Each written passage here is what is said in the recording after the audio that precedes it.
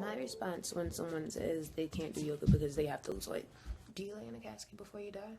Do you lose weight before you go to the gym? Do you eat cereal to warm up for dinner? Yeah. I'm just so over it. I'm just playing. It was funny. I mean, people ask all the time how to start yoga, and you can give them the information, and they'll just ask somebody else if it's not an answer that they want to hear. So I don't know if people are wanting you to tell them what exact yoga pose to do to start yoga, but it doesn't necessarily work like that. It's more to it than poses. So I've gathered a list of things that I feel would help you start your yoga practice. So if you can bear with me for the next few minutes, then this might help. And when I say research it, I really mean research it because I want you to have a better understanding or a proper understanding of what it is and why exactly you wanted to do it in the first place. Because a lot of people will have you thinking that yoga is just posting a bunch of pretty pictures and having nice quotes, and it's definitely not that. In the Western world, a lot of people are guilty of just making a profit off of yoga and taking it away from the sacredness that is truly yoga. And you also have to understand that it's more to it than just stretching. It's more to it than just the physical practice as a whole. So I do want you to research it so you can have a proper understanding of what the practice is. And during your research, you will find that there are many different types of yoga. I think, if I remember correctly, there's like maybe 14 or 15 different styles of yoga.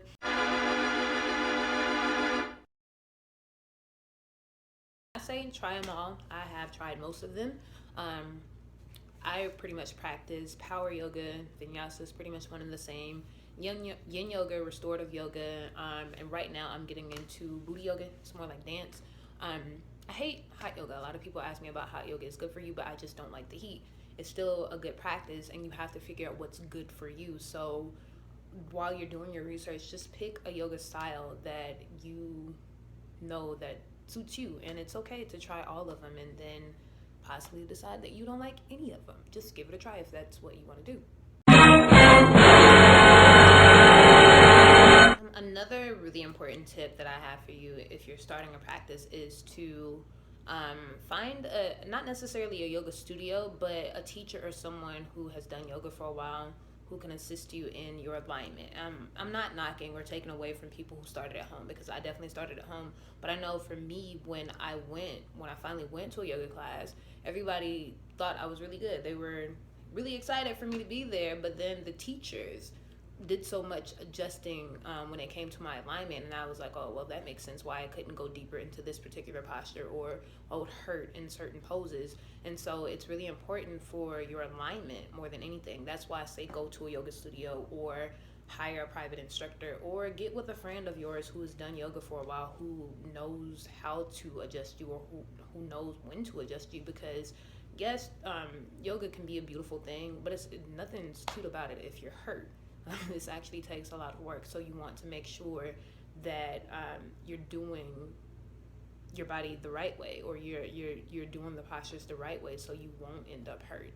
And so again, I'm not taking anything away from self-taught yogis, but you do need to make sure you find a class that is suitable for you. Especially if you are a beginner, go to a beginner class. Don't go to an advanced class. So don't go to like a handstand class if you're a beginner. Don't do that.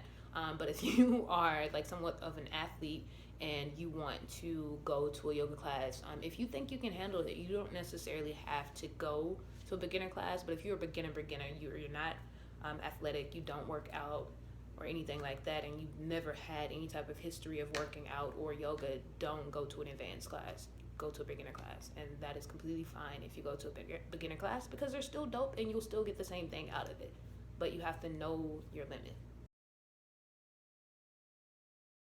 Once you've found the class that you actually like, I would say go there probably like once or twice a week. But other than that, if you wanted to practice every day, find you a DVD or a book or something, and that could actually carry you through the rest of your practice. You don't necessarily have to spend money at all. Like, you don't have to spend money on yoga. Even with the yoga studio, there are community classes that are either free or donation based, so you don't have to spend any real money there. Or you can go on YouTube and Google. YouTube and Google can be your best friends. They'll give you information that you need. I know Instagram helped me a lot when I first started my practice. It still helps me a lot now when I'm trying to figure out how to get into a pose and I don't feel like going to a workshop. So use your resources. Like, we all have smartphones. Use the phone. You can Google certain things. Like, even if you put in your phone like how to start yoga, there are answers. So you just have to use the information around you. Hope this video helps.